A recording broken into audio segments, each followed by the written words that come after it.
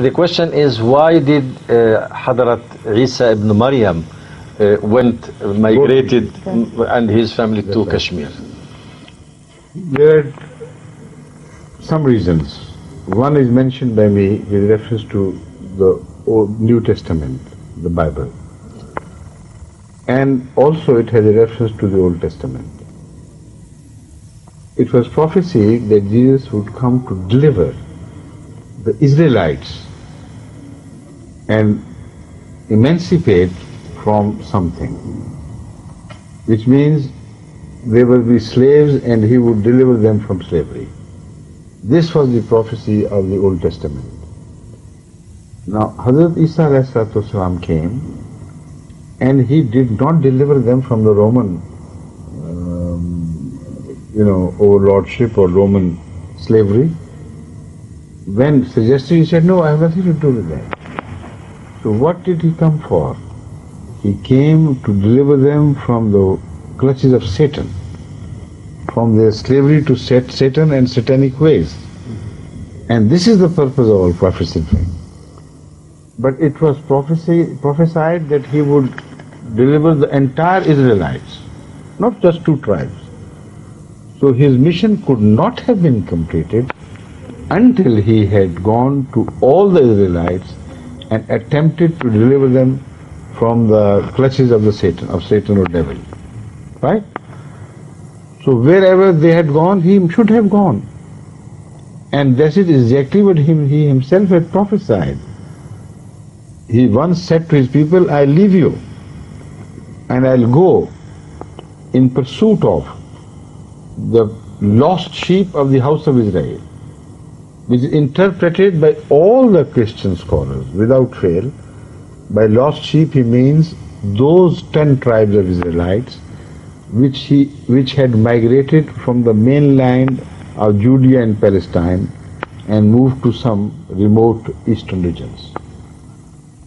So when he himself had prophesied that he would leave this country and go in search of the sheep of the house of Israel, then wherever they went, we must find him. We would be somewhere there. Now, those who insist that he went to heaven, Christians also insist that although he was crucified, but he was delivered. Muslims say he was not crucified, but he was delivered. And they both say, because he can't be found here, he ascended bodily to heaven. Right? Now, what for? Was there the lost sheep of Israel? What was it doing in the house?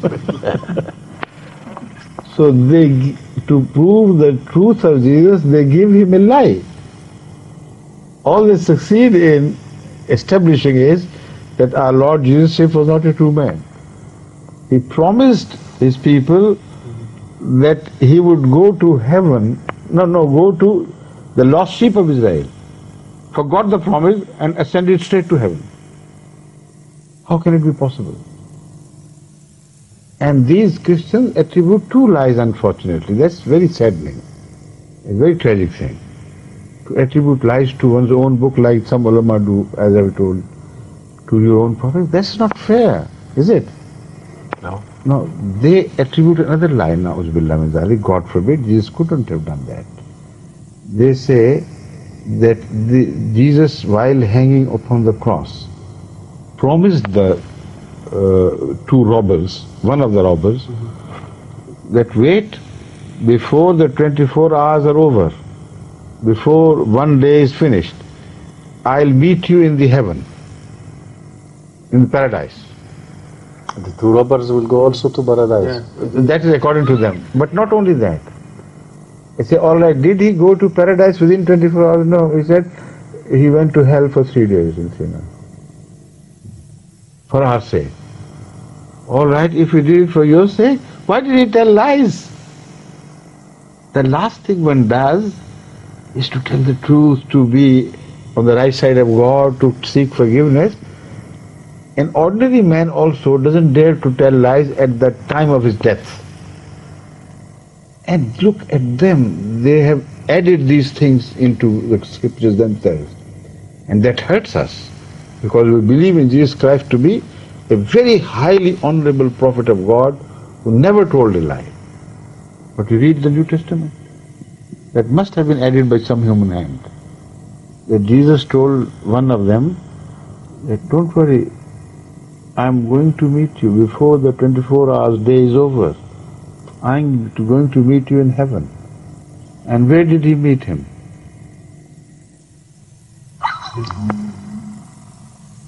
Another problem. And another problem is that Jesus promised that no sign will be shown unto you except the sign of Jonah, the prophet of the fish. See?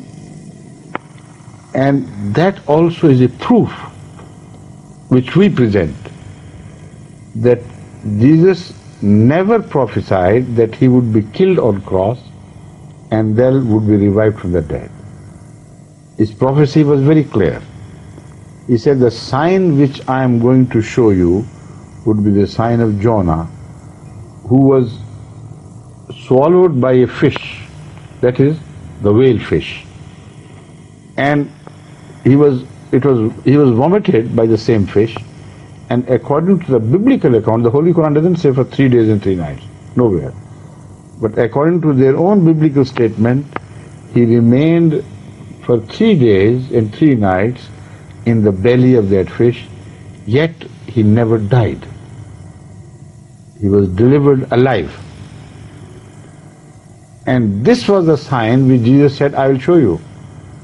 Now, if you count the day, the time from the day he was crucified to the time when he was delivered from the grave where he was kept half alive and half dead, it is about the same period of 3 days and 3 nights.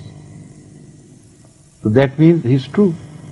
If you accept our understanding of the New Testament and the events of history, then he is bound to be accepted as a true prophet of Allah. He never told a lie. He was true when he promised them that they will be shown the same miracle. Apparently he should have died within 3 days under those conditions, but God would deliver him, like he delivered Prophet Jonah before him. And then where will he go? Where would he go? He said, wherever the Israelites had gone. And now that we have proved, and the historical research scholars of the Anti-Kitab themselves, they have proved themselves that the old tribes of Israelites had gone to Afghanistan and to Kashmir. So he should go there. This is the obvious reason. But also the Quran, the finger of the Holy Quran is pointing in the same direction. The Holy Quran says, وَآوَيْنَاهُمَا إِلَىٰ رَبْوَةٍ ذَاتِ قَرَارٍ وَمَعِينٍ. We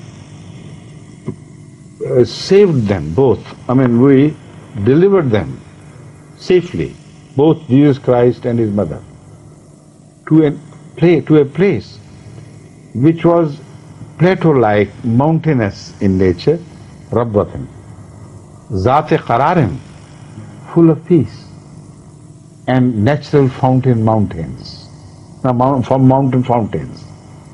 The fountains which you found in the mountains, they bring such beautiful verdure, greenery, a heaven on earth, and add the peace and the plateau-like hilly area around Srinagar as it is.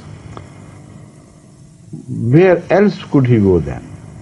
Of course to Kashmir, because the Quranic picture perfectly fits with the prophecy of Jesus Christ himself. He said, I'll go to the tribes of Israel. And the Quran says he would end up, and we would deliver both his mother and him from the pending death or dangers to a place which is very much like Kashmir as described in the Holy Quran. And now it's a very interesting thing. If Jesus went to heaven, where did Mary go? See? They can't find a trace of her. Where did she disappear? She is not found in Palestine, and no one knows her burial place, no one knows what happened to her afterwards. So the Quranic prophecy again is found to be 100% correct if you understand and you agree with our interpretation. Both of them left that area where their lives were in danger, and God saved them and removed them to the safe place of the heaven on earth, as Kashmir is called, which fits perfectly with both the prophecies of the Quran and the prophecy of Jesus Christ. Now you know why he went to Kashmir? Okay.